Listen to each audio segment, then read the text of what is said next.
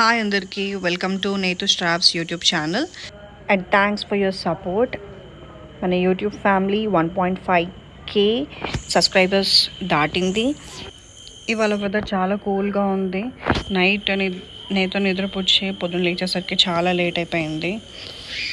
డాడ్గా fresh అయిపోయి mummy చేసిన idli and sambar తినేసాను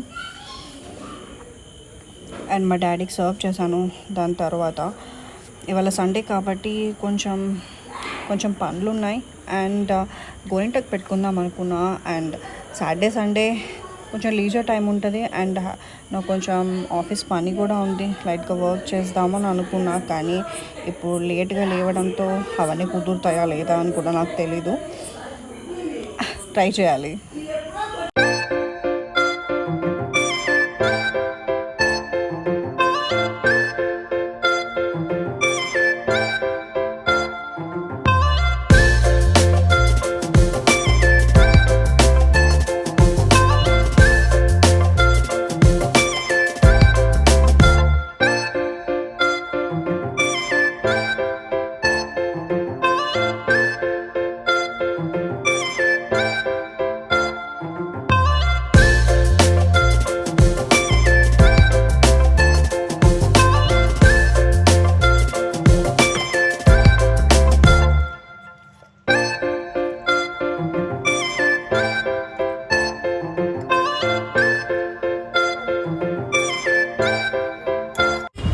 టిఫిన్ తినేసి ఆ తర్వాత కొంచెం పని ఉంటే బయటకు వెళ్ళాను. మళ్ళీ వర్షం వస్తుందేమో అని చెప్పి తొందరగా ఇంటికి వచ్చేసాను. దొరికేదే సాటర్డే సండే, మళ్ళీ మండే టు ఫ్రైడే ఆఫీస్ ఉంటుంది. నేతతో టైమే స్పెండ్ చేయడం కుదరదు.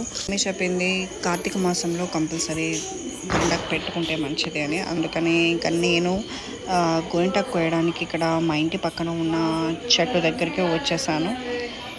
చెట్టుకి ఒకటే సైడ్ ఉంది, ఇంకో సైడ్ మొత్తం ఏవో కర్రలు పెట్టేశారు. కోయడం రావట్లేదు. నేత నిద్ర లేచే లోపల నేను గోరింటాకు కొమ్మలు కోసుకొని ఇంటికి వెళ్ళిపోవాలి.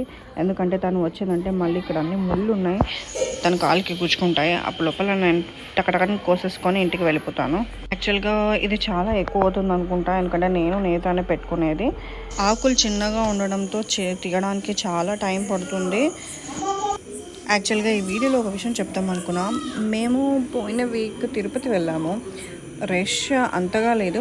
యాక్చువల్గా మేము అలిపిరి నుంచి స్టెప్స్ మీద వెళ్ళాం అన్నమాట. అక్కడ నుంచి డైరెక్ట్గా టికెట్స్ ఏమి బుక్ చేసుకోలేదు, దర్శనం టికెట్స్ ఏమి, అలానే వెళ్ళిపోయాం ఫ్రీ దర్శనంలోనే. రష్ తక్కువగా ఉంది కాబట్టి ఈజీగా వెళ్ళిపోయాం. ఎందుకంటే ఇది కార్తీక మాసం కాబట్టి అందుకనే రష్ లేదేమో. ఎవరైతే ఫ్రీ దర్శనంలో వెళ్ళాలి అనుకుంటున్నారో వాళ్ళు వెళ్ళొచ్చు నాకు తెలిసినంత వరకు. మమ్మీ నేత్ర ఇద్దరు పడుకున్నారు. మమ్మీకి నేను టీ పెట్టాను, నాకు మమ్మీకి. నేత్రకు పాలు ఇచ్చేసాను, మమ్మీకి ఇప్పుడు టీ ఇవ్వాలి.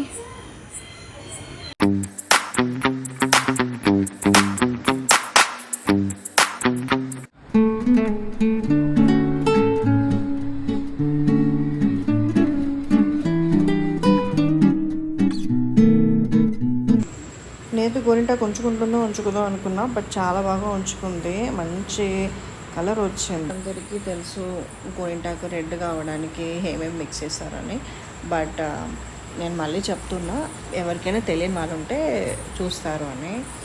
దీంట్లో పెరుగు ఇంకా చింతపండు మిక్స్ చేశారు. ఇంకా కావాలంటే కాఫీ పౌడర్ కూడా మిక్స్ చేసుకోవచ్చు.